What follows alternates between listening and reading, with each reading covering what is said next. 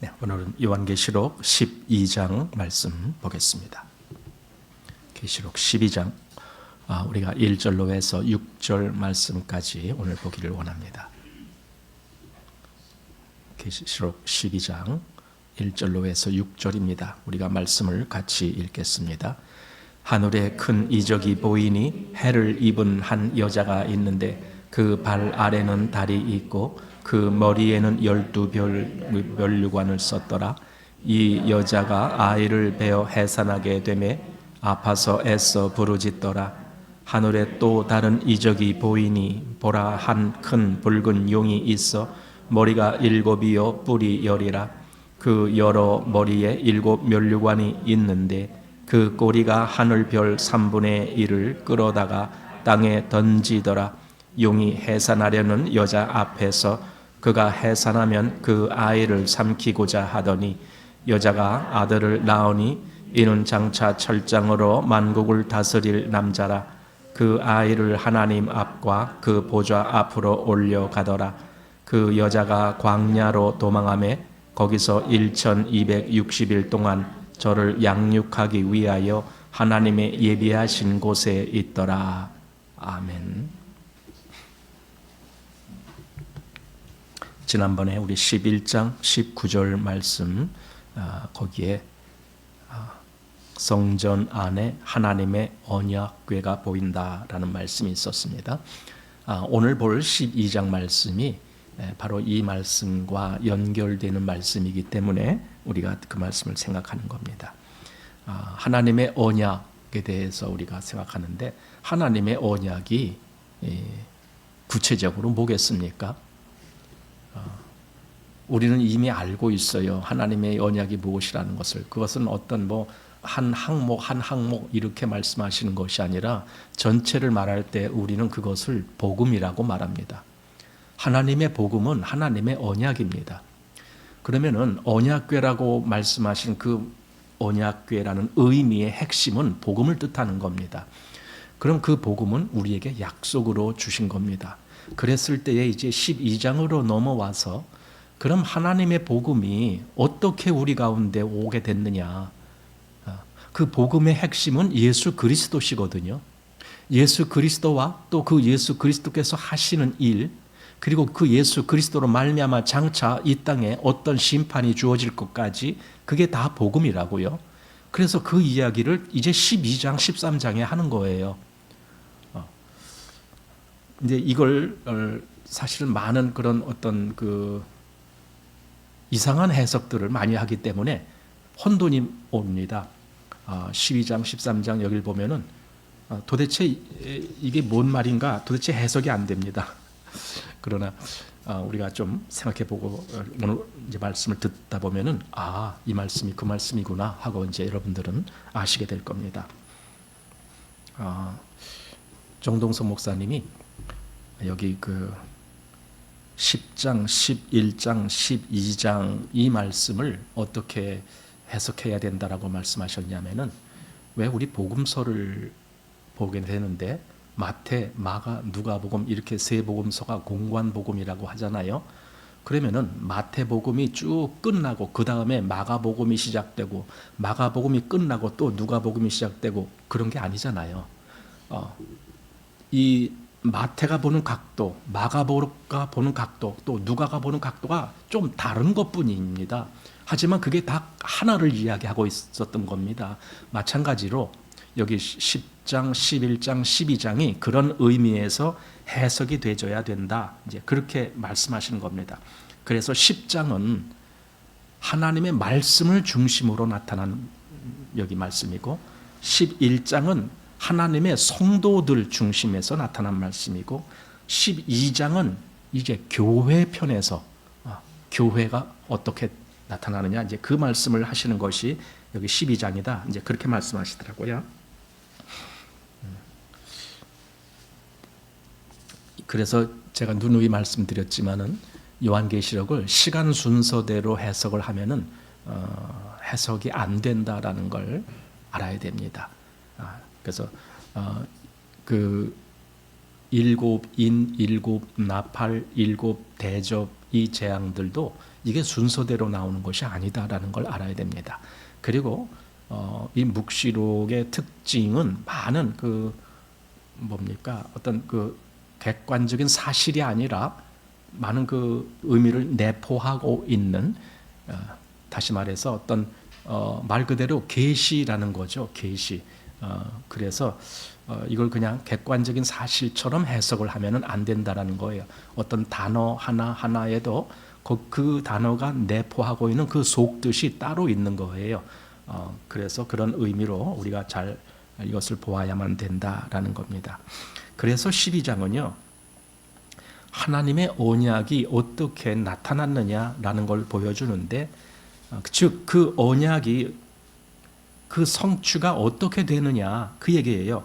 그래서 예수께서 이 땅에 오셔서 그가 죽으시고 부활하시고 그리고 하나님 우편에 앉으신 그 내용이 여기 이제 서두에 나오는 겁니다. 그래서 12장 서두에 맨 처음 등장하는 것이 예수님의 오심에 대해서 말씀하고 있는 거예요. 그런데 여기서 이제 조금 우리가 생각할 것이 있습니다. 예수님이 육신으로 오신 그것을 말하고 있는 것은 아닙니다.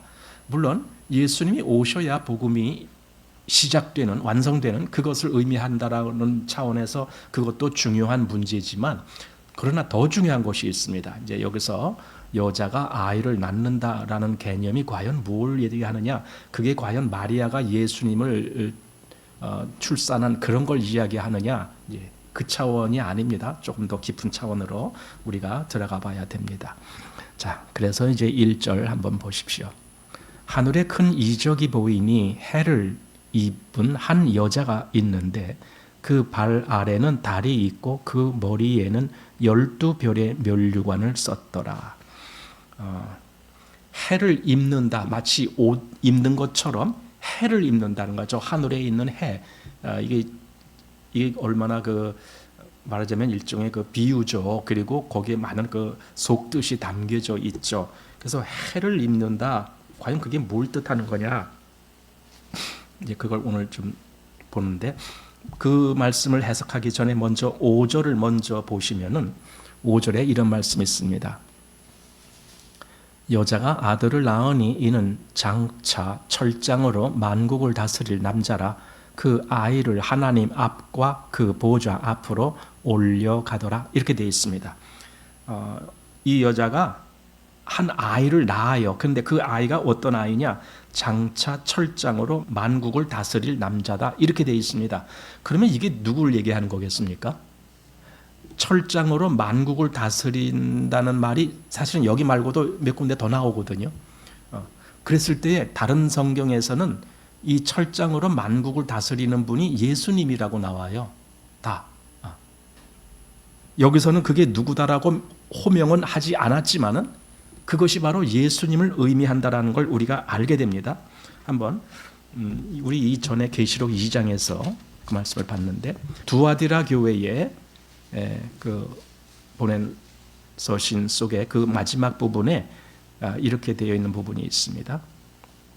26절 말씀을 보십시오. 이기는 자와 끝까지 내 일을 지키는 그에게 만국을 다스리는 권세를 주리니 그가 철장을 가지고 저희를 다스려 질그를 깨뜨리는 것과 같이 하리라. 그러니까 여기 이기는 자에게 주어지는 권세가 바로 그 권세예요. 그런데 그 다음에 하신 말을 잘 보셔야 됩니다. 나도 내 아버지께 받은 것이 그러하니라. 이거예요. 그러니까 그 철장으로 만국을 다스리는 그 권세를 예수님이 말씀한, 나도 내 아버지께 그 권세를 받았다. 그리고 나는 이기는 자에게 이 권세를 나눠주겠다. 지금 그 얘기예요. 이해가 되시죠? 그러면은 원래 이 철장의 권세를 가지신 분이 예수님이라는 걸 우리가 알게 됩니다. 자, 그 다음에 이제 계시록 이 뒤를 한번 가봅니다. 19장 말씀입니다. 19장 14절 말씀, 14절 15절 말씀 보기 전에 그 앞에 13절까지 좀 보면 좋겠습니다. 13절부터 보겠습니다. 또 그가 피 뿌린 옷을 입었는데 그 이름은 하나님의 말씀이라 칭하더라. 그럼 이게 누구예요? 예수님이죠. 왜냐하면 태초에 말씀이 계시니라 한 그분이 바로 예수님이시기 때문에. 자, 그리고 14절, 하늘에 있는 군대들이 희고 깨끗한 세마포를 입고 백마를 타고 누굴 따라요? 그를 따르다. 그러니까 예수님을 따르는 거예요. 그의 입에서 이한 검이 나오니, 이 이한 검은 말씀이죠. 하나님의 말씀이 그렇게 이한 검처럼 표현되는 거죠. 자, 그것으로 만국을 치겠고 친히 저희를 철장으로 다스리며 또 친히 하나님 곧 전능하신 이의 맹렬한 진노의 포도주 틀을 밟겠고. 그러니까 예수님이 하신 말 중에 그런 것이 있어요. 그 아들됨을 인하여 심판하는 권세를 주셨다, 이런 말씀하신 적이 있어요. 그 심판하신다는 모습이 바로 이걸 얘기하는 거예요. 철장으로 그렇게 만국을 다스리는 그 일을. 그러니까 여기서 12장에서 미리 우리가 본 거 5절에 여자가 아이를 낳았는데 바로 그 아이가 장차 철장으로 만국을 다스릴 남자라. 그러면은 이 아이는 예수님을 이야기하는 거구나, 이렇게 볼 수 있어요. 그리고 이제 요한계시록을 해석하는 사람들이 많은데 그 많은 사람들이 사실은 이렇게 좀 많이 차이나게 해석을 하거든요.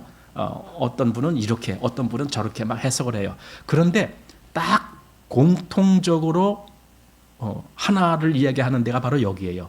이 아이가 바로 예수님이다. 여기는 다 동의하더라고요. 대부분. 제가 보는 책 중에 거의 대부분이 이 아이를 예수님으로 보는 것이 맞다, 이렇게 이제 해석을 합니다. 그렇다면은 그건 쉬운 문제입니다. 이 아이가 바로 철장으로 만국을 다스릴 예수님을 얘기하는 거구나. 즉 심판주시구나. 그가 왕이시구나. 그걸 이제 알게 되는 겁니다. 근데 문제는 그럼 그 아이를 낳은 여자는 누구냐? 이게 문제인 거예요. 그 여자가 마리아를 얘기하는 건가? 여자가 누구냐 이거예요. 그래서 여기서 보면은 그 여자가 단지 마리아가 아니라는 것은 우리가 이렇게 조금만 읽어보면 금방 알아요. 왜냐하면 여기 보니까 뭐 광야로 나중에 간다, 그런 얘기까지 나오잖아요. 6절 말씀에 그 여자가 광야로 도망가매. 그러면은 그럼 마리아가 애굽으로 갔다가 온 게 광야로 갔다 온 건가? 뭐 이렇게 이제 뜯어맞히기도 하는데 아닙니다. 마리아가 아닙니다. 아마 가톨릭에서는 이걸 마리아라고 했으면 참 좋겠다라고 생각할지 모릅니다. 그러나 이제 여기서 우리가 조금 더 다른 의미가 있다라는 것을 좀 보게 됩니다. 그 시편 9편에 또 그 얘기가 있는데, 9편이 아니죠. 2편 9절이죠.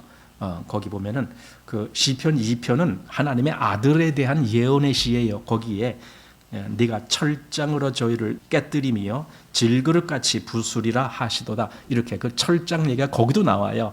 그래서 이 철장으로 심판하실 분이 예수님이시다. 하나님이 그 권세를 그 아들에게 주셨다라는 걸 보게 됩니다. 자, 그래서 이제 이 여자가 누군가 보기 위해서 다시 1절로 가봅니다. 하늘에 큰 이적이 보이니 해를 입은 한 여자가 있는데 그 발 아래는 달이 있고 그 머리에는 12별의 면류관을 썼더라.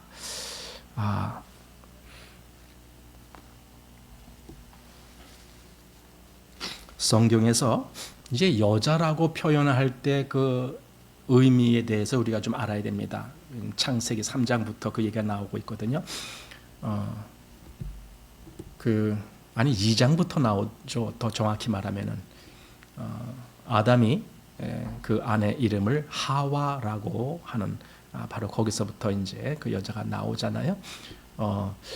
그러면서 그 하와가 어떻게 해서 탄생이 됐느냐 했을 때 아담의 갈비뼈를 가지고 하나님이 그 갈비뼈를 가지고 만드신 것이 여자 하와였다라는 겁니다. 즉 여자는 남자의 그 한 부분에서 나온 거예요. 근원이 남자다, 그 말입니다.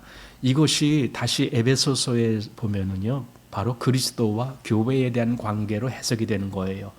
교회는 그리스도로부터 말미암은 것이다. 그것이 교회다. 이 말씀을 해주고 있습니다. 그래서 창세기 3장에 다시 이제 그 이야기를 하잖아요. 그들이 범죄하게 되는 그때 이제 하나님이 3장 15절에 사단에게 저주하실 때 여자와 너와 원수가 되게 하고 그 다음에 여자의 후손은 네 머리를 상하게 할 것이요 그러거든요. 여자의 후손이란 얘기를 합니다. 즉 여자가 낳을 어떤 후손, 근데 그것이 아들을 이야기하는 거였거든요. 그래서 그때부터 하나님이 이게 여자로 말미암아 낳는 아들이 있는데 그가 이 사단의 모든 권세를 깨뜨리는 권세를 가진 자구나. 왜냐하면 뱀의 머리를 상하게 한다라고 하는 말씀이 바로 그거거든요. 그래서 그렇게 보면은 이 여자가 누구인가 했을 때 이제 우리가 조금씩 좁혀가는 거예요. 또 여러 곳에서 보면은 여자는 나중에 이제 요한계시록 이 뒤에 가 보면은 그리스도를 위한 신부라는 그 여자로 나오고 있습니다. 그리스도를 위한 신부. 성경은 창세기부터 시작해 갖고 계속해서 요한계시록까지 그 여자를 일관되게 말해주고 있어요. 근데 그 일관되게 말해주는 그 여자가 결국은 무엇을 얘기했던 것이냐? 그게 교회를 얘기했던 거거든요. 그러니까 교회라는 말의 호칭은 그렇게 작은 호칭이 아닙니다.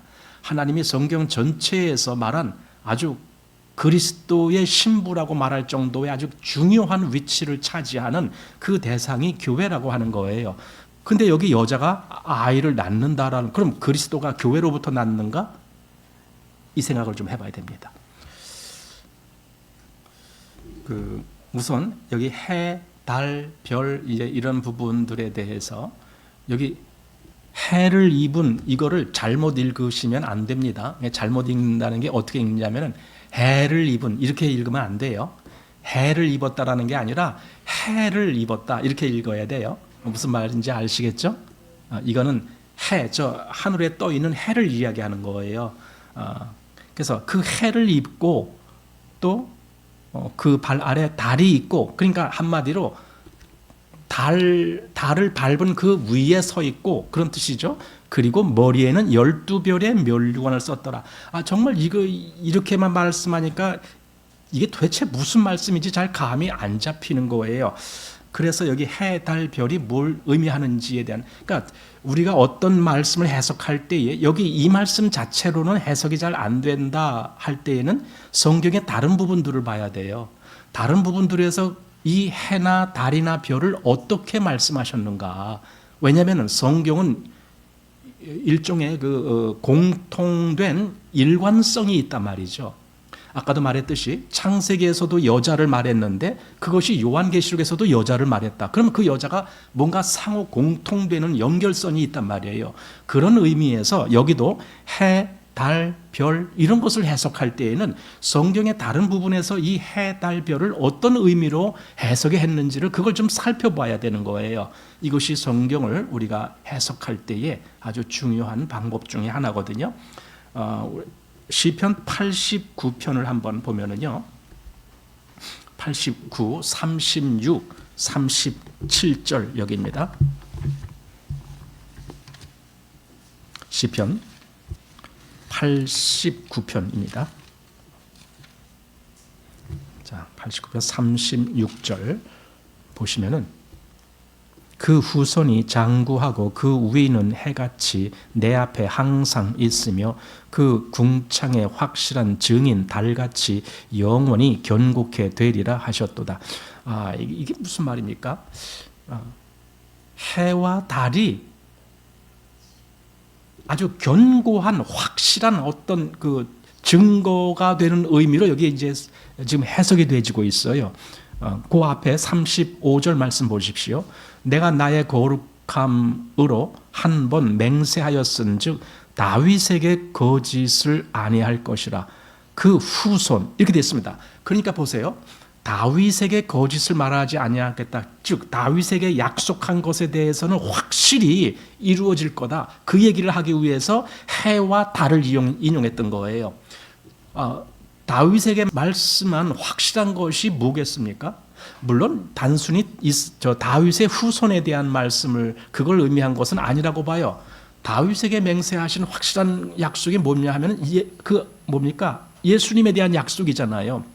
다윗에게는 한마디로 복음의 약속이 있었던 거거든요. 근데 그것에 대해서 말씀하실 때 해나 달같이 아주 확실한, 그렇잖아요. 여기 저기 하늘에 해가 떠 있는데 누가 여기서 아무리 저 해보고 야, 너 저리 비켜 이렇게 소리친다고 해가 꿈쩍이나 합니까? 아무리 지구상에 큰 폭풍이 몰아친다고 한들 해가 조금이라도 움직입니까? 전혀 그런 거 아니거든요. 달도 마찬가지잖아요. 그런 의미에서 해와 달은요, 정말 확실한 보증이 되는 하나의 증거물이 되는 거예요. 그런 의미에서 해와 달을 그렇게 하나님이 말씀하시고 하나님의 백성들에 대해서도 이 해, 달에 대한 의미로 말씀하십니다. 12별의 멸류관에 대해서도 우리가 좀 보아야 됩니다. 우리가 교회 말할 때는 교회의 확실한, 그러니까 교회가 확실하게 드러난 그것은 예수님이 부활하신 이후에 성령님이 오신 이후부터 이제 교회가 확실히 드러난 겁니다. 그러나 성경에서 더 근원적으로 본다라면 구약에도 교회가 있는 거예요. 다만 교회라고 부르진 않았지요. 그냥 그때는 하나님의 백성이라고 그냥 불렀죠. 그런데 그들도 사실은 교회인 겁니다. 왜냐하면은 사도행전에 보면은 구약에도 광야 교회라는 말을 쓰기 때문에 그렇습니다. 그래서 구약을 잠재적 교회라고 말하고 신약을 드러난 교회 이렇게 말하는 거예요. 그러니까 구약에는 교회가 잠재적으로 있었던 겁니다. 왜냐하면 아직 예수님이 그 복음의 완성을 하기 이전이기 때문에 교회가 드러날 수가 없는 거예요. 하지만 이미 그때도 하나님의 백성들은 있었던 거예요. 그래서 구약은 잠재적인 교회, 그리고 그 잠재적인 교회는 이스라엘 민족이죠. 그러니까 이스라엘 민족 속에서 뭔가가 이제 되어주고 신약에 와서 그 복음이 이방인에까지 퍼질 때 이제 신약 교회가 시작이 된 거죠. 그래서 요한계시록 이 뒤에 21장에 가보면은요, 교회의 기초에 대해서 말씀하실 때 그렇게 말씀하셔요. 한번 21장 보십시오. 21장 9절 말씀입니다. 7 대접을 가지고 마지막 7 재앙을 담은 7 천사 중 하나가 나와서 내게 말하여 가로되 이리 오라. 내가 신부 곧 어린 양의 아내를 내게 보이리라. 바로 이것이 여자라는 거예요. 여자 보이리라 하고 성령으로 나를 데리고 크고 높은 산으로 올라가 하나님께로부터 하늘에서 내려오는 거룩한 성 예루살렘을 보이니 하나님의 영광이 있음에 그 성의 빛이 지극히 귀한 보석 같고 벽옥과 수정같이 맑더라. 크고 높은 성곽이 있고 12문이 있는데 문에 12 천사가 있고 그 문들 위에 이름을 썼으니 이스라엘 자손 12 지파의 이름들이라. 이 성은 여기 예루살렘이라고 호칭됐어요. 이건 물론 새 예루살렘을 의미하는 겁니다. 그런데 이 성이 결국은 그리스도를 위한 신부예요. 그렇다면 이게 교회를 이야기하는 거예요. 그런데 그 교회에 말하자면은 12문이라고 되어 있고 거기에 이스라엘 자손의 12 지파의 이름이 있더라. 문이 12문에 12 이스라엘 지파의 이름이 있다는 것은요, 교회의 근거가 구약에서부터 왔다 그 뜻이에요. 이스라엘 12 지파로부터 계속 이어져 왔다 그 뜻입니다. 자, 그런데 그게 끝이 아닙니다. 13절 보십시오. 동편의 세 문, 북편의 세 문, 남편의 세 문, 서편의 세 문이니 그 성의 성곽은 12 기초석이 있고, 이제 문이 12일 뿐만 아니라 그 다음에 기초석이 12이에요. 기초석이. 그리고 계속 봅니다. 그 위에 어린 양의 12 사도의 12 이름이 있더라. 그 기초석 위에 각 12 기초석의 각 이름마다 12 사도의 이름이 다 써 있는 거예요. 그러니까 이 예루살렘 성이라는 것은요, 구약의 그 12 지파와도 관련이 있고 신약의 12 사도와도 관련이 있는 거예요. 그 위에서 세움을 받은 거예요. 이것이 교회고 이것이 그리스도를 위한 신부고 이것이 새 예루살렘이다. 지금 성경이 그렇게 말씀하는 거예요. 그래서 우리가 이제 잘 아는 에베소서를 한번 봅니다. 에베소서 2장 20절 말씀입니다. 자, 여기 보면은 이렇게 되어 있습니다.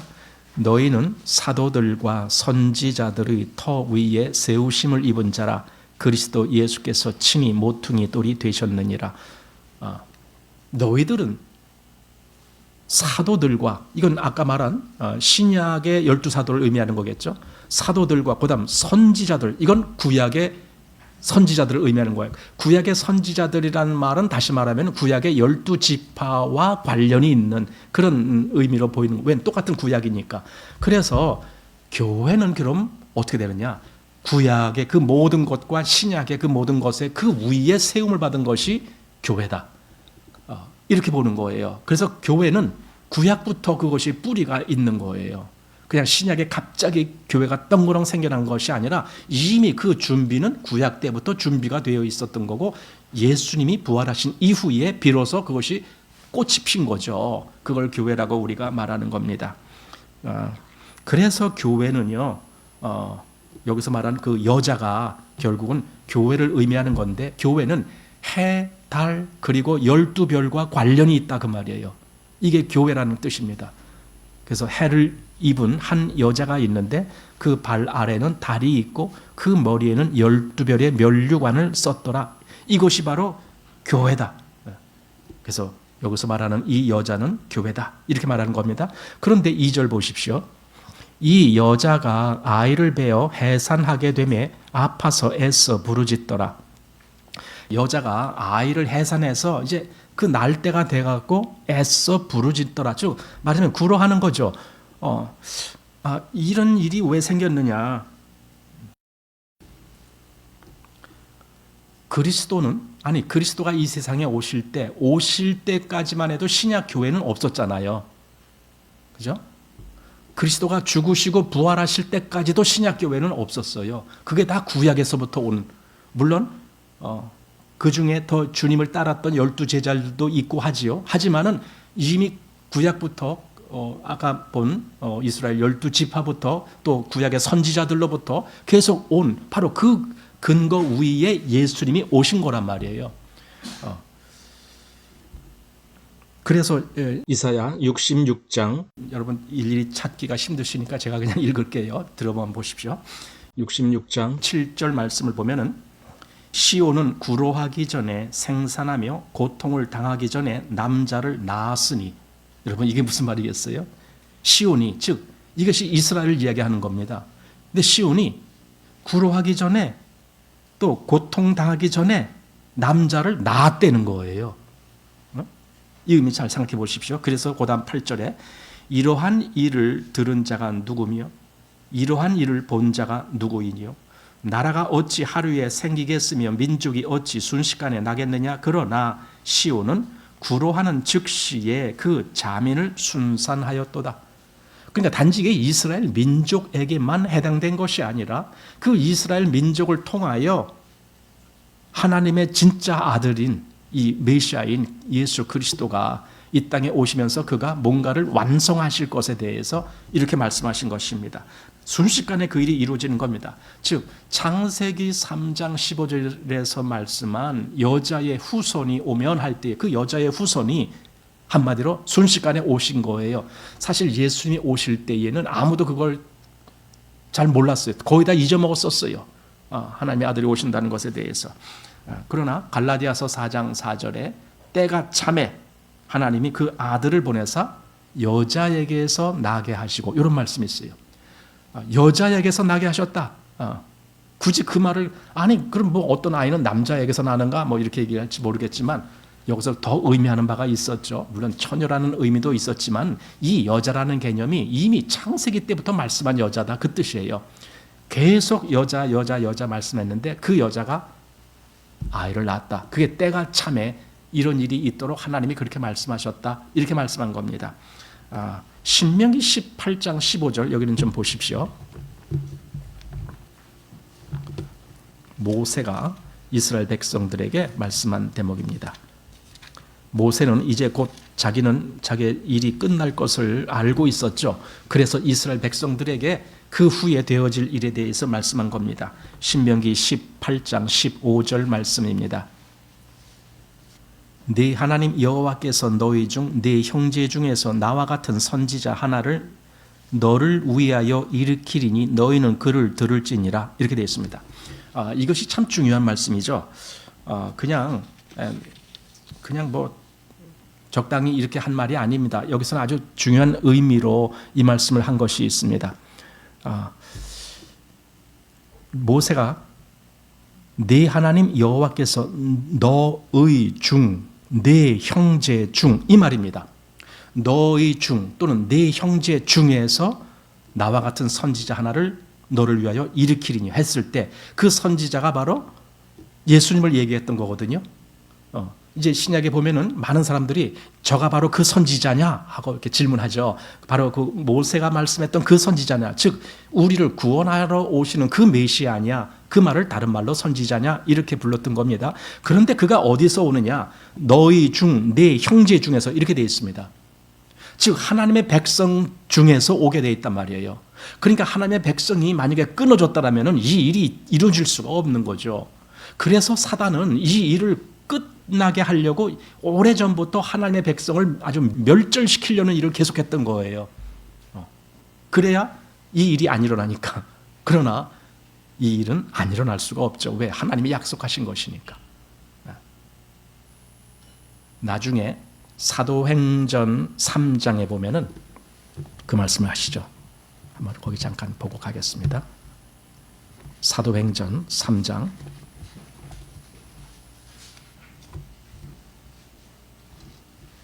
22절 말씀.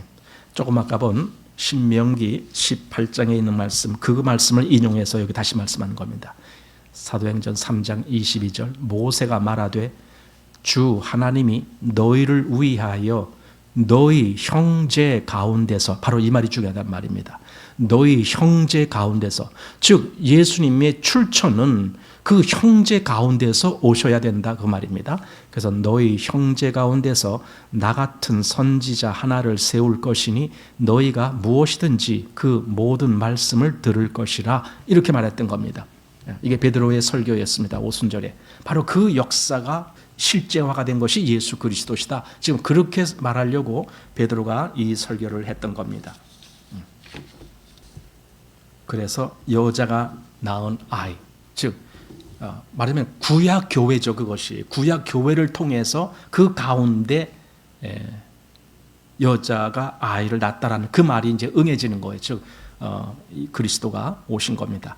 그런데 그리스도가 오신 그 자체만으로는 이것이 성취된 것이 아닙니다. 예수님이 이 세상에 오셨다, 그건 물론 중요한 시작은 되겠지만은 그 자체가 여기서 말한 대로 하나님이 말씀한 이것에 응한 거라고 보기는 힘듭니다. 왜냐하면 예수님이 오신 그 자체로는 아무 역사가 없어요. 그렇죠? 우리가 그래서 크리스마스라는 말을 하고 사람들이 좋아하는데, 물론 예수님이 어떤 일을 하시려고 오신 거지만은 그 오신 그 자체는 아무런 변화가 없어요. 예수님이 오셔서 무언가를 완성하셔야만이 변화가 생기는 거죠. 그게 바로 복음의 완성이고 십자가죠. 바로 그 일. 그래서 그때를 기준으로 하는 이제 말씀이 이제 오늘 우리가 보는 말씀입니다. 그래서 그리스도가 오셔야만이 복음이 성취되고 그리스도의 죽으심과 또 부활하심으로 말미암아 복음이 완성되는 것입니다. 사단이 그걸 회방하고자 하는 거예요. 구약부터 계속 그런 회방이 있습니다. 예를 들어 가인이 아벨을 죽였죠. 사실은 아벨이 하나님의 백성의 그때 대표자였고 가인은 하나님을 알지 못하는 자의 대표자였잖아요. 그런데 가인이 아벨을 죽였단 말이죠. 그것으로 사실은 사단이 이기는 것 같이 일이 전개됐습니다. 그런데 하나님이 아벨 대신에 셋이라고 하는 아들을 다시 주신 거예요. 하나님이 다시 그 역사를 하게 하시는 거예요. 그래서 셋의 후손으로 이제 이 인류의 하나님의 백성의 그 명목이 이어지기 시작합니다. 그래서 출애굽기 1장 22절에 오면은 이스라엘이 애굽에 살 때에 애굽 왕 바로가 그 모든 그 남자 아이들을 다 죽여라. 산파들을 시켜서도 했더니 안 돼. 그러니까 이제는 남자들을 다 죽여. 이제 이렇게 하면서 결국은 이것은 사단이 바로를 통해서 여기 오실 그리스도를 미리 죽이게 하는, 즉 그리스도가 오실 수 없게 유대 지파를 다 멸절시키는 그런 일을 하게 한 거죠. 왜냐하면 너희 중에서 나와 같은 선지자 하나를 세우겠다 하는데 그 너희라는 그 이스라엘이 완전히 없어지면은 선지자도 못 오는 거죠. 그러니까 사단은 그걸 하려고 했습니다. 열왕기하 11장 1절 이하의 말씀 보면은 아달랴라고 하는 그 이방 여인인데 그가 여기 이스라엘 그 왕의 왕비가 됐잖아요. 그래갖고는 뭡니까 유다 그 모든 왕들을 그러니까 자기 아들이 죽임을 당했다라고 그 유다의 모든 왕들을 다 죽이는 거, 그 혈통을 다 죽이는 거예요. 그 왕의 혈통이 끊어지게 만들려고 하는 거예요. 그러면 어떻게 돼요? 아니 하나님의 약속은 아브라함과 다윗의 자손으로 그 왕의 혈통으로 오셔야 되는데 그 혈통을 다 죽이려고 했던 거죠. 이것이 또한 사단의 역사였고 또 마태복음 2장 16절에 보면은 헤롯이 이제 그 아이들을 다 낳고 2살 아래로 다 죽여라 이렇게 말했잖아요. 거기에 바로 예수님이 그 안에 있었잖아요. 이때도 즉 사단이 헤롯을 충동질해서 그 일을 한 거고 그 다음에 이렇게 육적으로 예수님이 이 땅에 오시게 하는 것이 실패했기 때문에 그 다음에는 이제 영적으로 공격을 합니다. 그것이 마태복음 4장에 나오는 시험입니다. 세 가지 시험을 하잖아요. 만약에 그 시험에서 예수님이 사단에게 졌다면 이 세상의 구원 역사는 끝이에요. 그죠? 사단의 나라만 이루어지는 거예요. 그래서 그 영적으로 예수님을 이기기 위해서 사단이 시험을 하는 대목이 있지만 예수님은 하나님의 말씀으로 사단을 물리치는 거죠. 오직 예수님은 하나님의 말씀이 이루어질 것을 믿는다라는 나는 하나님의 말씀을 믿는 것이지 내가 무슨 뭐 돌이 떡이 되게 하고 뭐가 되고 이런 기존 난 이런 게 아니다. 오직 하나님의 말씀이다. 이것으로 말미암아 사단을 이기는 거고 그리고 그 싸움은 지금 우리에게도 똑같은 원리가 적용됩니다. 우리가 사단을 이기는 것은요 하나님의 말씀입니다. 그 말씀을 내가 어떻게 믿느냐 그 말씀을 정말 진짜 생명처럼 믿느냐 그러면 나는 사단을 이기는 거예요.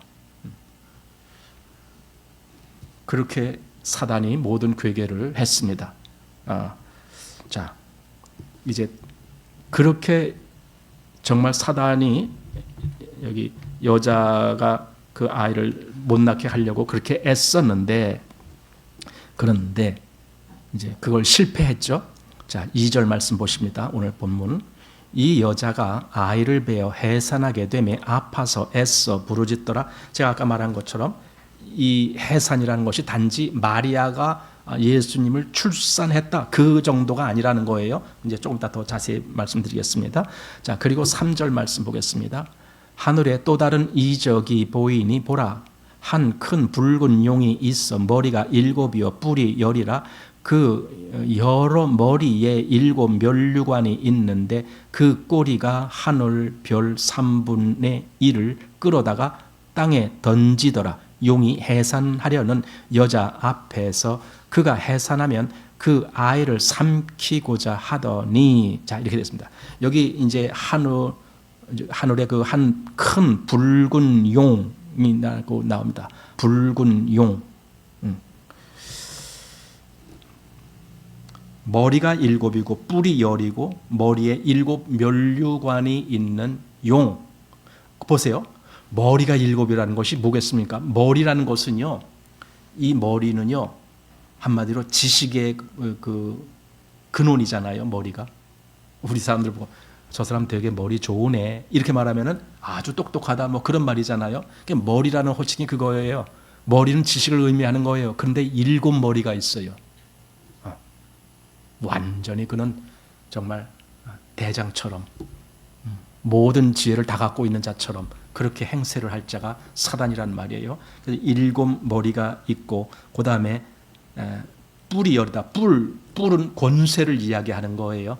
권세가 그렇게 완전한 권세를 가졌다라는 뜻입니다. 또 머리에 7 면류관이 있다. 그것은 그만큼 그에게 큰 영광이 아주 아름답게 입혀졌다 그런 뜻입니다. 그래서 사단은 이 큰 지혜와 권세와 영광을 다 누리고 있는 자였어요. 그걸 우리가 성경에서 보거든요. 그가 어떤 자였는지 에스겔 28장 3절 말씀에 제가 그냥 읽기만 할게요. 여러분 성경을 찾고 하면 너무 늦어지니까 지금 시간이 많지 않아서 에스겔 28장 3절에 네가 다니엘보다 지혜로워서 은밀한 것을 깨닫지 못할 것이 없다 하고 내 지혜와 총명으로 재물을 얻었으며 금, 은을 곳간에 저축하였으며 내 큰 지혜와 장사함으로 재물을 더하고 그 재물로 인하여 내 마음이 교만하였도다. 이게 사단을 이제 거기서 두로 왕을 이제 대신해서 사단의 마음을 그렇게 이제 나타낸 겁니다. 그것이 이제 3절에서 5절의 말씀입니다. 얼마나 완벽하게 지금 사단이 창조됐는가 그걸 보게 됩니다. 그리고 조금 건너서 13절 말씀을 보면은 이렇게 되어 있습니다.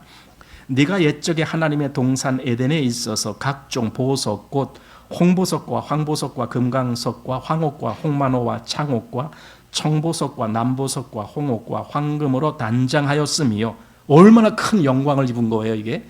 그리고 네가 지음을 받던 날에 너를 위하여 소고와 비파가 예비되었다. 그 정도로 아주 완벽하고 아름답게 창조된 자가 사단이었던 거예요.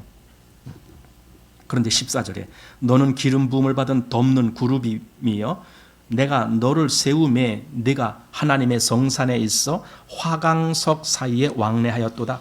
네가 지음을 받던 날부터 네 모든 길에 완전하더니 마침내 불의가 나타났도다 하면서 이제 결국은 사단으로 쫓겨난 거죠. 하늘나라에서 이 땅으로 쫓겨난 거죠. 그게 여기 나오거든요. 예. 자, 우리가 근데 여기서 그냥 사단이라고 해도 될 걸 왜 다른 말로 이렇게 많이 하는가라는 겁니다. 8절, 9절 말씀을 보면 그 말이 나옵니다. 큰 용이 내어 쫓기니 옛 뱀, 곧 마귀라고도 하고 사단이라고도 하는 온 천하를 꿰는 자라 땅으로 내어 쫓기니 그의 사자들도 저와 함께 내어 쫓기니라. 예. 보세요. 그 호칭이 옛 뱀, 마귀, 사단, 또 온 천하를 꿰는 자, 큰 용, 이렇게 왜 그렇게 여러 가지 종류로 그를 표현했는가 이거예요. 그 중에서 옛 뱀 하면은 우리 뭘 생각하게 돼요? 에덴 동산에 있었던 그 뱀, 그죠? 그거 외에는 다른 뱀이 없잖아요. 그러니까 그때 그 사단이 옛 뱀으로 그렇게 나타난 거죠. 그때 여자를 그렇게 완전히 자기 밑에 굴복하게 만들어서 자기 종이 되게 만든 그 역사가 있었던 거 아닙니까? 그럼 여기 성경에서 왜 이런 말씀을 굳이 하느냐 하면은요, 이 사단을 생각할 때 그냥 사단이 저렇게 한다라고만 생각하지 말고 그 사단은 창세기 때부터 그 첫 아담 하와 때부터 그때부터 얼마나 너희를 그렇게 괴롭힌 자냐, 너희를 얼마나 하나님으로부터 떼어놓기 위해서 그가 그렇게 역사했느냐, 그걸 생각하라는 거예요. 옛뱀이라는 말이. 사단은 그리고 마지막까지 성도들을 참소하고 송사하는 자로 나오거든요. 그게 사단이라고요. 그러니까 여기서 사단이 이런 자야, 그걸 지금 말해주는 거예요. 얼마나 이렇게 악하게. 그래서 여기 여자를, 아까 이제 여자가 바로 교회다 이렇게 우리가 보았는데, 그 여자의 전체 기간 동안 이 사단은 계속 여자를 핍박하는 거예요. 여자를 핍박해요.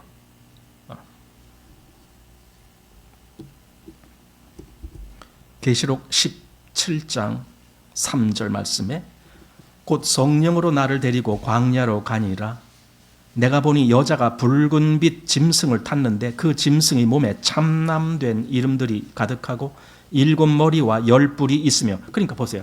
7머리와 10뿔이 있다는 말은 여기 지금 12장에서 한 말씀 그대로죠. 그게 사단이죠. 그 여자는 자줏빛과 붉은빛 옷을 입고 금과 보석과 진주로 꾸미고 손에 금잔을 가졌는데 가증한 물건과 그의 음행에 더러운 것들이 가득하더라. 그 모든 영광스러운 것이 있지만 그게 다 아주 가증하고 음행하고 더러운 것들이다. 그 이마에 이름이 기록되었으니 비밀이라, 큰 바벨론이라, 땅의 음녀들과 가증한 것들의 엄이라 하더라. 엄이란 말은 근원이다 그 뜻이에요. 근원. 모든 가증한 것들의 근원. 그러니까 정말 이것들이 얼마나 교회를 회방하고 핍박하고 하나님의 복음을 가려놓는 그런 일을 했을까, 이거 우리가 금방 알죠. 그 전에 이 열뿔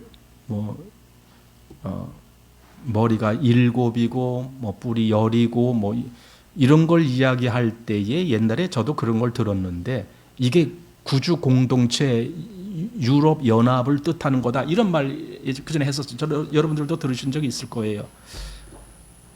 그게 바로 세대주의자들이 이제 해석하는 방법이었거든요. 근데 그렇게 해석을 하면은요, 지금 유럽 연합 국가가 몇 국가예요? 한 20국가가 넘어요. 10 아니에요. 그래서 그렇게 해석하는 것은 온당치 않다. 그리고 그렇게 해석하면은요, 교회와 상관없이 돼버려요. 지금 이 용이 그 여자를 핍박하는 문제가 나오는데 교회가 지금 당하는 문제와는 전혀 상관없는 식으로 해석을 해버리게 되는 거다 이 말이에요. 그래서 그렇게 해석하면은 이 의미가 없게 됩니다. 이 용이 뭘 하려고 하느냐 하면은 그 여자가 해산하면은 그 해산하려는 여자 앞에서 아이가 태어나면 그 아이를 삼키려고 좀 죽여버리려고 좀 그렇게 했단 말이죠. 그리고 지키고 서 있는 거예요. 그 용은요, 그 태어날 아이가 어떤 아이라는 걸 알고 있는 거예요. 그가 태어나면은 자기들이 다 패배하고 진다. 이걸 알고 있는 거예요. 그래서 아예 그냥 태어나지 못하게 죽이려고 그렇게 했던 거예요. 이게 용이 계획하고 꿍꿍이 했던 겁니다.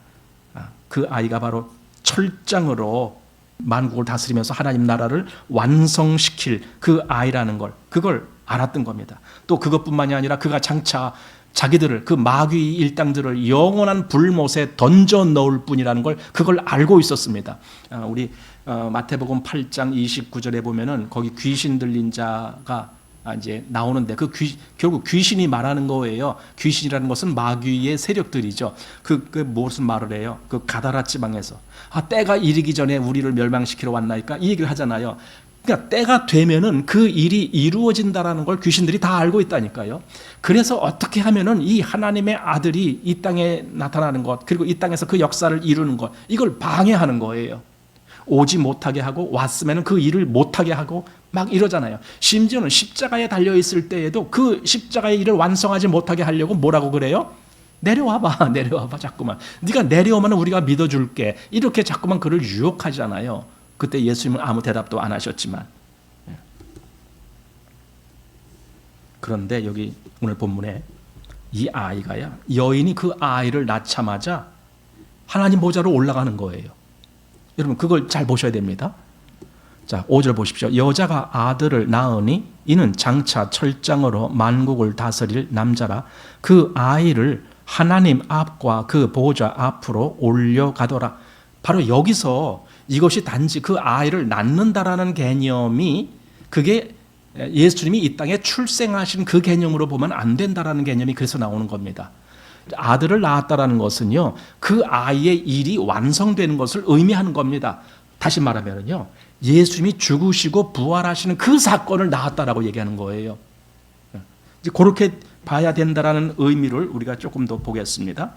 단순히 그게 탄생이 아니라는 걸 요한복음 16장에서 제가 보겠습니다. 요한복음 16장 20절 말씀입니다. 자, 요한복음 16장 20절. 내가 진실로 진실로 너희에게 이르노니 너희는 곡하고 애통하겠으나 세상은 기뻐하리라. 너희는 근심하겠으나 너희 근심이 도리어 기쁨이 되리라. 여자가 해산하게 되면 그 때가 이르렀음을 근심하나 아이를 낳으면 세상에 사람 난 기쁨을 인하여 그 고통을 다시 기억지 아니하리라. 여기서 21절에 무슨 얘기가 나오냐면 여자가 해산하게 되면 할 때 이 해산이란 말이 나왔어요. 아까 우리 계시록 12장에 나온 거기도 해산이란 말이 나왔어요. 여자가 해산하게 되면 그 때가 이른 줄 알고 근심하지만 아이를 낳으면 세상에 사람 난 기쁨을 인하여 그 고통을 다시 기억지 아니한다. 이건 이제 세상에서 되어져 가는 일을 가지고 예를 들어서 지금 설명을 해 주시는 거예요. 그랬을 때에 예수님이 말하고자 하는 의미가 뭐겠습니까? 여기 해산이라는 개념이 뭐겠습니까? 언제 기뻐하겠습니까? 복음의 완성이에요. 그때가 됐을 때 진짜 기쁨이 오는 거예요. 우리 요한계시록 이 앞에서 계속 왜 천사들 보좌 앞에 네 생물들 24장로들이 뭐 때문에 찬양을 했어요? 그리스도가 이기셨기 때문에, 즉 그리스도가 복음을 완성하셨기 때문에, 그래서 찬송을 하는 거예요. 그 전에는 찬송이 안 나와요. 그 전에 찬송은 오직 계시록 4장에는 오직 창조주 하나님 찬송하는 그 찬송이 나와요. 그러다가 5장으로 딱 들어가면은 그리스도를 찬송하게 돼 있어요. 이제 어린 양을 찬송합니다. 왜? 어린 양이 복음을 완성하셨기 때문에, 진짜 하나님의 어린 양이 되셨다라는 거예요. 그 이전에는 아닌 거예요. 완성이 안 됐으니까. 그래서 그걸 찬양하는 거예요. 복음의 완성이다. 사도행전 2장 25절부터 이제 쭉 그 얘기가 나오는데, 거기에 그런 얘기 나와요. 하나님이 그를 살리사 주와 그리스도가 되게 하셨다. 여기서 주와 그리스도가 되게 하신 것은 죽으시고 부활하셨다. 이게 하나님이 살리사 그랬잖아요. 살렸다는 말은 부활을 얘기하는 거예요. 부활 되신 후에라야 그가 그리스도가 되신 거예요. 그 전에는 그리스도라고 말할 수가 없었어요. 그러니까 비로소 그리스도의 탄생이 나오는 거예요. 그리스도의 탄생은 부활로 말미암아. 어려워요? 좀 어렵죠. 그러나 보세요. 하나님이 원하셨던 아들은 그냥 예수가 세상에 오신 그 아들이 아니고 예수가 그리스도가 되신 그 아들을 원했던 거예요. 그리스도가 돼야 구원을 하잖아요.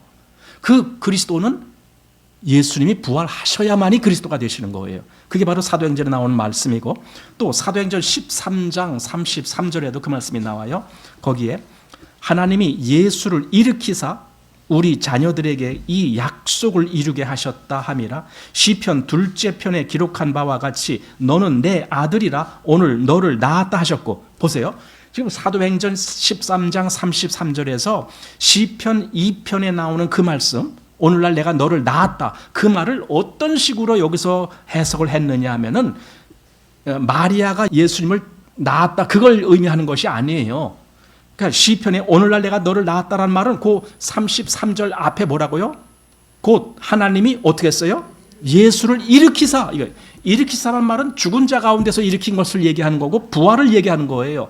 그렇게 부활을 한 걸, 그걸 보고 낳았다라고 얘기한 거예요. 이제 아시겠죠? 그게 바로 여자가 아들을 낳은 거구나.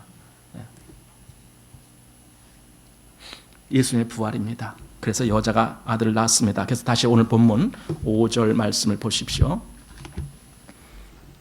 여자가 아들을 낳으니 그는 장차 철장으로 만국을 다스릴 남자라. 그 아이를 하나님 앞과 그 보좌 앞으로 올려가더라. 그러니까 하나님 앞과 보좌 앞으로 올려가는 그 일이 있는 것을 낳았다라고 얘기한 거예요. 그게 바로 예수님의 부활이잖아요.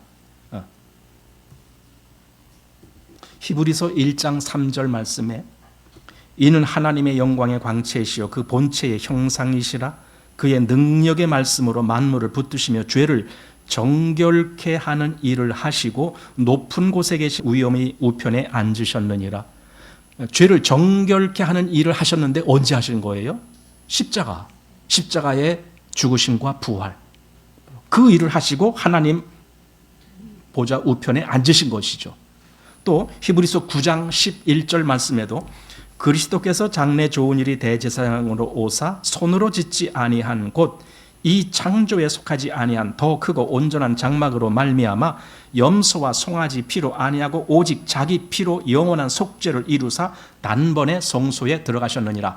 그리스도가 단번에 성소에 들어가셨는데 그 들어가시게 된 그 시작이 뭐냐, 그 근본이 뭐냐 했을 때 자기 피로 영원한 속죄를 이루신 것, 그 역사, 그리고 하나님 보좌 우편에 앉으신 거예요.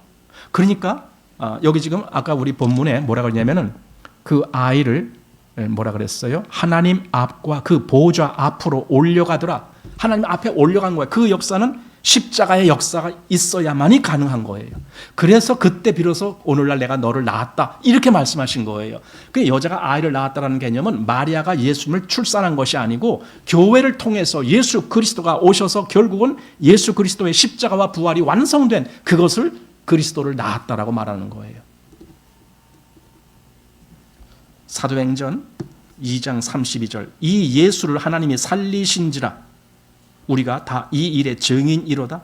하나님이 오른손으로 예수를 높이심에 그가 약속하신 성령을 아버지께 받아서 너희 보고 듣는 이것을 부어주셨느니라. 다윗은 하늘에 올라가지 못하였으나 친히 말하여 가로되 주께서 내 주에게 말씀하시기를 내가 네 원수로 네 발등상 되게 하기까지 너는 내 우편에 앉았으라 하셨도다 하였으니 그런즉 이스라엘 온 집이 정령 알지니 너희가 십자가에 못 박은 이 예수를 하나님이 주와 그리스도가 되게 하셨느니라. 주와 그리스도가 되게 하신 그 누구를? 십자가에 못 박힌 예수를. 그러니까 십자가에 못 박히시고 죽은 자 가운데서 다시 일으키신 그래야만이 그가 주와 그리스도가 되신 겁니다. 하나님이 원하셨던 아들은 그 아들이에요. 그냥 이 땅에 오신 예수님이 아니고 그가 주와 그리스도가 되실 그 모든 역사를 완성하신 아들, 그 아들을 원하셨던 것입니다. 그리고 그것이 이루어졌을 때 오늘날 내가 너를 낳았다 이렇게 말씀하신 거예요. 자, 그리고 이제 6절입니다. 그 여자가 광야로 도망하매 거기서 1260일 동안 저를 양육하기 위하여 하나님이 예비하신 곳에 있더라. 예, 이 말씀도 참 중요한 말씀입니다. 여자가 어디로 도망갔습니다. 물론 사단이 그를 어떻게 하기 위해서 이 뒤에 보면은 사단이 뭐 그를 어떻게 핍박하고 그 얘기가 13절 이하에 나오거든요. 그래서 결국은 피하여 간 곳입니다. 그런데 그 간 장소는 하나님이 미리 예비하신 곳이라고 되어 있어요. 여기 광야라고 되어 있지만 사실은 광야 하니까 그냥 저 이스라엘 광야인가 보다 그게 아니라 뭔가 다른 지역입니다. 자, 보세요. 교회가 예수님의 이 십자가 사건 이전까지는 교회는 말하자면 잠재적으로 있었다 그랬죠. 구약에. 그건 유대인에게만 있었던 거예요.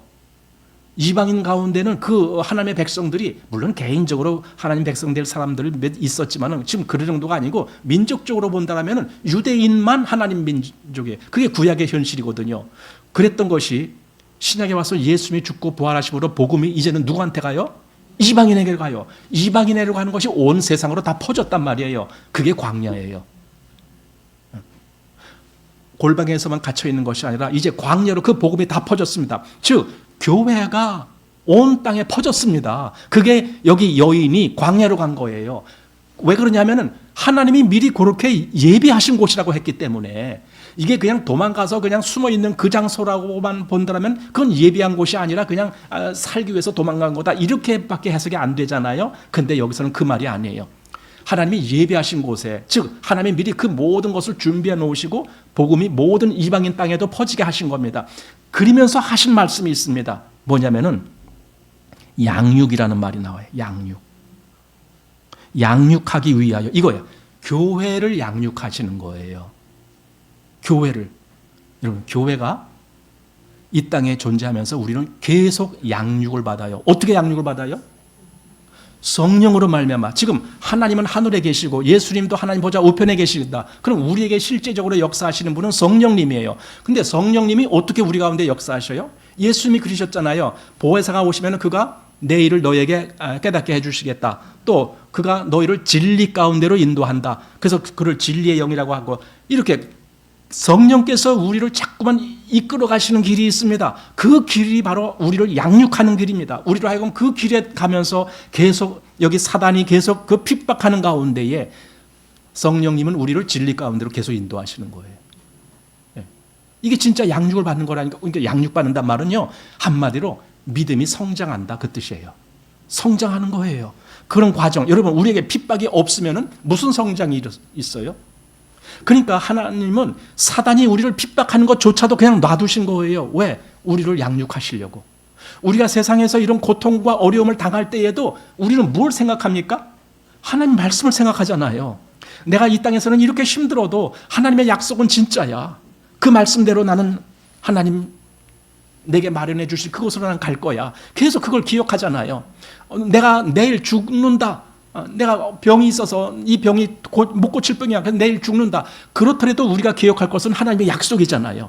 그 약속을 우리가 붙들도록 계속 우리 마음에서 역사하시는 분이 성령님이시거든요. 그러니까 우리를 그렇게 자꾸만 양육해 가시는 거예요. 그 기간이 여기 아까 1260일이라고 그랬어요. 요 밑에 보면은요, 그 기간을 다르게 말했습니다. 14절 보십시오. 그 여자가 큰 독수리 2날개를 받아 광야 자기 곳으로 날아가 거기서 그 뱀의 낯을 피하여 어떻게 해요? 한때 또 2때 반때. 그러니까 1260일이나 한때 2때 반때나 그게 3년 반이라는 거예요. 그러니까 자꾸만 3년 반이라는 그걸 자꾸만 사람들이 연상해 갖고 그러니까 뭐 7년 대환란에 그 뭐 전 3년 반이다 뭐 이렇게만 자꾸만 뜯어 맞춥니다. 그렇게 보지 마십시오. 지금 이 의미적으로 볼 때에는요. 지금 그 여자가 아이를 낳고 그 후에 광야로 간 그 전체 기간을 말하는 거예요. 전체 기간이 1260일이라는 거예요. 그래서 그 기간을 은혜 시대 또는 교회 시대 이렇게 말하는 겁니다. 교회가 이 땅에 있을 동안에 계속 교회는 양육을 받아야 될 그 위치에 있는 거기 때문에 그렇습니다. 그래서 여기서 말한 것이 하나님의 그 양육을 받는 교회는 양육을 받아요. 계시록 이 앞에 2장 3장에서 우리가 7교회에 보낸 서신을 받습니다.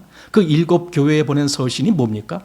교회를 깨우쳐 주는 거잖아요. 계속 너희가 뭐 책망할 일이 있다, 뭐 너희가 뭐 이건 뭐 칭찬하고 계속 깨우쳐 줘. 그리고 이기는 자에게 내가 이렇게 이게 뭐야? 교회로 계속 깨우쳐 줘서 교회로 하여금 제대로 되게 가게 하려고. 그게 양육이잖아요. 그러니까 이 앞에 2장 3장을 통해서 그것을 보여주셨던 하나님이 지금 여기서 바로 그렇게 내가 했다라는 것을 이제 그렇게 말하는 겁니다. 그게 바로 1260일 또는 한때, 2때, 반때로 표시된 그겁니다. 그러니까 이게 날짜 계산의 문제가 아닙니다. 3년 반이라는 그 문제가 아닙니다. 하나님이 정하신 충분한 기간이다. 그리고 그 기간 동안 하나님은 교회를 양육하시고 보호하시고 지키신다. 그리고 그때가 됐으면 또 하나님이 그를 어떻게 하실 것인 또 이제 이 뒤에 말씀합니다. 이것이 바로 교회와 또 그 교회를 통해서 나타난 예수 그리스도와 예수 그리스도의 그 복음의 완성과 그리고 사단이 핍박한 교회 이 모든 것이 지금 여기서 다 말씀되어지고 있는 겁니다. 아까 제가 시작하면서 12장에는 하나님의 언약, 즉 복음의 그 모든 역사가 어떻게 전개가 됐는지 그걸 말씀해 주는 것이 12장이다 말씀드렸죠. 바로 그렇게 예수 그리스도의 오심으로 말미암아 이것이 교회 속에서 이루어져 나가는 그 모든 과정, 그리고 지금은 하나님이 그 교회를 양육하는 과정, 이렇게 되어지는 것이 오늘 이 본 말씀이 하는 말입니다. 자, 오늘은 그래서 여기 6절까지의 말씀으로 마치겠습니다.